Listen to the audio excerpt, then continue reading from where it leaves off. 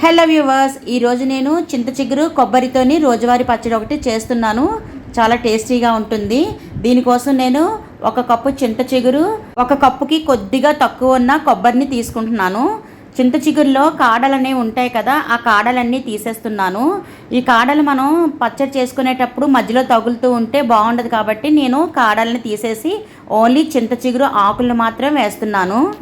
ఈ సీజన్లో చింత చిగురు ఎక్కువగానే దొరుకుతుంది కాబట్టి ఇలా ఒకసారి మనం ట్రై చేయొచ్చు. టేస్ట్ చాలా బాగుంటుంది. ఇలా ఈ ఆకులో ఉన్న కాడలన్నిటినీ కూడా తీసేయాలి. చూడండి ఎన్ని కాడలు వచ్చాయో. ఈ చింత చిగురులో కాడలు తీసేసి ఆకులను మాత్రమే ఈ పచ్చడికి యూస్ చేస్తాము.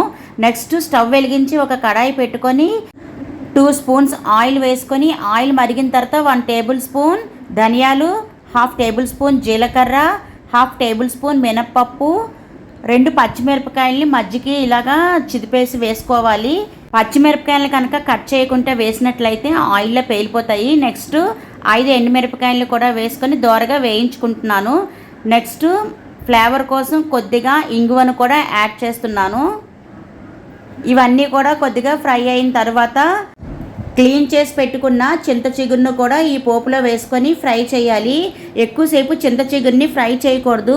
1 మినిట్ వరకు ఫ్రై చేస్తే సరిపోతుంది. చింత చిగురులో వగరు అనేది ఉంటుంది కదా, ఆ వగరు అనేది పోవడం కోసమే ఈ 1 మినిట్ ఫ్రై చేయడం. నెక్స్ట్ ఇందులో 1/2 టేబుల్ స్పూన్ వరకు సాల్ట్ వేసుకొని ఫ్రై చేయాలి. ఫ్రై అయిపోయింది కదా, ఈ పోపు అంతటిని కూడా బాగా చల్లారి చేయాలి. చల్లారిన ఈ పోపును మిక్సీ గిన్నెలోని వేసేసుకోవాలి.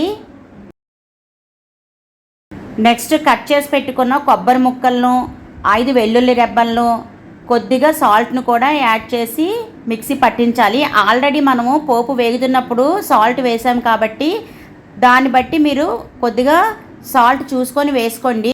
పచ్చడిని కచ్చా పచ్చాగా నలుపుకుంటే బాగుంటుంది, రోట్లో చేసుకుంటే ఇంకా బాగుంటుంది. నేనైతే మాత్రం ఇప్పుడు మిక్సీలోనే చేసేసాను. నెక్స్ట్ పోపు కోసం స్టవ్ వెలిగించి చిన్న బాండీ పెట్టుకొని 2 స్పూన్స్ వరకు గీ వేసుకున్నాను. గీ మరిగిన తర్వాత కొద్దిగా కరివేపాకు, 1 టేబుల్ స్పూన్ ఆవాలు, 1/2 టేబుల్ స్పూన్ మినపప్పు, ముక్కలుగా కట్ చేసుకున్న 2 ఎండుమిరపకాయలని వేసుకొని పోపుని ఫ్రై చేసుకోవాలి. వేగిన ఈ పోపులో మిక్సీలో పట్టించిన పచ్చడిని అంతా కూడా వేసేసి పోపులోని పచ్చడిని అంతా కలిపేసుకొని స్టవ్ ఆఫ్ చేసేయాలి.